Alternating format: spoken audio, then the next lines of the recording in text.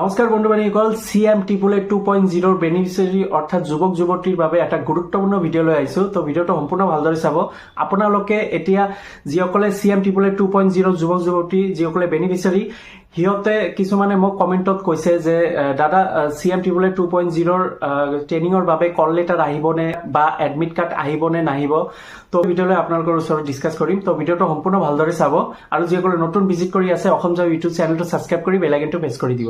তো বন্ধু বান্ধৱীসকল, মেইন টপিকটো হৈছে যে CM টিপুলে 2.0 বেনিফিচিয়াৰী হটৰ বাবে যে কল লেটাৰ আহিবনে নাহিব ট্ৰেইনিঙৰ বাবে কল লেটাৰ বা এডমিট কাৰ্ড এটা কলেই হ'ল। তো এডমিট কাৰ্ড আহিব কাৰণ CM টিপুলে 1.0 হটৰ কল লেটাৰ আহিছিল 2024-ত। যিসকলে 2024-ত এপ্লাই কৰিছিল আৰু 2024-ৰ লাষ্টৰ পিনে অৰ্থাৎ অক্টোবৰ মাহত টকা লাভ কৰিছে, তো সিহঁতৰ কল লেটাৰ আহিছিল ট্ৰেইনিঙৰ বাবে। কল লেটাৰটো ট্ৰেইনিংটো হৈছিল কাৰণ ছেপ্টেম্বৰৰ ফাৰ্ষ্টৰ পিনে ৰিজাল্ট দিছিল, ফাইনেল ৰিজাল্ট দিছিল আৰু ছেপ্টেম্বৰৰ লাষ্টৰ পিনে ট্ৰেইনিং কৰাইছিল, যিটো আছিল CM টিপুলে 1.0। তো মই আপোনালোকে এডমিট কাৰ্ডটো দেখাই দিম। তো আপোনালোকে এডমিট কাৰ্ডটো চাই ল'ব আৰু ভিডিঅ'টো সম্পূৰ্ণ ভালদৰে চাব, নহ'লে একো বুজি নাপাব। তো CM টিপুলে 1.0 ইয়াৰ আগৰ বছৰ কল লেটাৰ আহিছে বাবে এই বছৰো আহিব। CM টিপুলে যিসকলে 2.0 বেনিফিচিয়াৰী বা যুৱক যুৱতী আছে সিহঁতৰো কল লেটাৰ আহিবই, গেৰাণ্টি গ'ল। এইটো আছিল এডমিট কাৰ্ড 1.0, যিটো মই CM টিপুলে 1.0 বেনিফিচিয়াৰী হওঁ, সেইবাবে এইটো 2024-ত ইয়াতে চাওক লিখা আছে training call letter for chief minister আত্মনিৰ্ভৰশীল অসম অভিযান।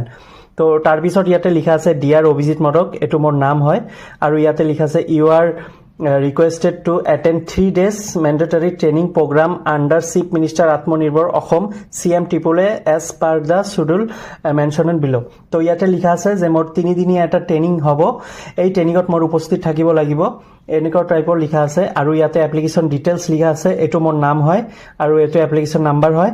তাৰপিছত এইটো ইয়াতে ডিষ্ট্ৰিক্ট আছে, তাৰপিছত কোৱালিফিকেশ্যন আছে, ছেক্টৰ আছিল মোৰ ষ্টেচনাৰী বিজনেছ ছেক্টৰ হয়। এইটো মই মানে এই বিজনেছটো মই দেখাইছিলোঁ আৰু এই বিজনেছটো মই কৰি আছোঁ অলৰেডি। তাৰপিছত এইটো ট্ৰেইনিং বেচ নাম্বাৰ এইটো লিখা আছে, কাৰণ আপোনালোকে যিটো ট্ৰেইনিং কৰিব তাত ট্ৰেইনিং বেচ নাম্বাৰটো ইয়াতে লিখা থাকিব।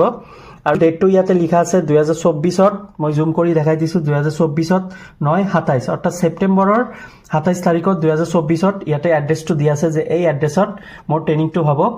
3 দিনীয়া আছে ট্ৰেইনিংটো, এইটো হৈছে 27, তাৰপিছত 30, তাৰপিছত 1 তাৰিখ। তো এই 3 দিনীয়া ট্ৰেইনিঙত মোৰ উপস্থিত থাকিব লাগিব আৰু এই ট্ৰেইনিংটো কৰিবই লাগিব, অন্যথা মোৰ যদি এবচেণ্ট, মই যদি ট্ৰেইনিঙত নাযাওঁ, ট্ৰেইনিং যদি নকৰোঁ, তেন্তে মোক এবচেণ্ট দেখাব। আৰু তো ফ্ৰেণ্ডছসকল, এই ট্ৰেইনিংটো কৰিবই লাগিব, কাৰণ এবচেণ্ট যদি দেখায় তেন্তে আপোনালোকে টকাখিনি নাপাবও পাৰে। তো ইয়াতে ইম্পৰ্টেণ্ট পইণ্ট কিছুমান লিখা আছে, আপোনালোকে এইটো পঢ়ি ল'ব পিছত। তো মই দেখাই দিছোঁ।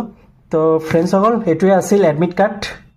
এইটো আছিল ট্ৰেইনিঙৰ এডমিট কাৰ্ড। ট্ৰেইনিং হৈছিল ছেপ্টেম্বৰত, ইয়াৰ আগৰ বছৰ ছেপ্টেম্বৰ মাহত মোৰ ট্ৰেইনিং হৈছিল আৰু মই ছেপ্টেম্বৰৰ ফাৰ্ষ্ট উইকত মই ফাইনেল ৰিজাল্ট পাইছিলোঁ। তো এই বছৰো ছেমে হ'ব, আপোনালোকে ফাইনেল ৰিজাল্ট ছেপ্টেম্বৰতে পাব আৰু লাষ্টৰ পিনে চাগে ট্ৰেইনিং হ'ব। আৰু যিসকলে ছিলেক্টেড হ'ব সিহঁতৰে ট্ৰেইনিং হ'ব, কাৰণ ফাইনেল ৰিজাল্টৰ পিছতহে ট্ৰেইনিং হ'ব, ফাইনেল ৰিজাল্টৰ আগত ট্ৰেইনিং নহয়, কাৰণ যিসকলে ছিলেক্টেড হ'ব সিহঁতকে লৈ ট্ৰেইনিং কৰাব। তো বন্ধু বান্ধৱীসকল, ছেপ্টেম্বৰ মাহটো ৱেইট কৰক, ছেপ্টেম্বৰ মাহতে আপোনালোকে ফাইনেল ৰিজাল্ট তথা ট্ৰেইনিংটো মানে কৰিব পাৰিব যিসকলে ছিলেক্টেড হ'ব, এইটোৱে। আৰু এইটো হৈছে এডমিট কাৰ্ড।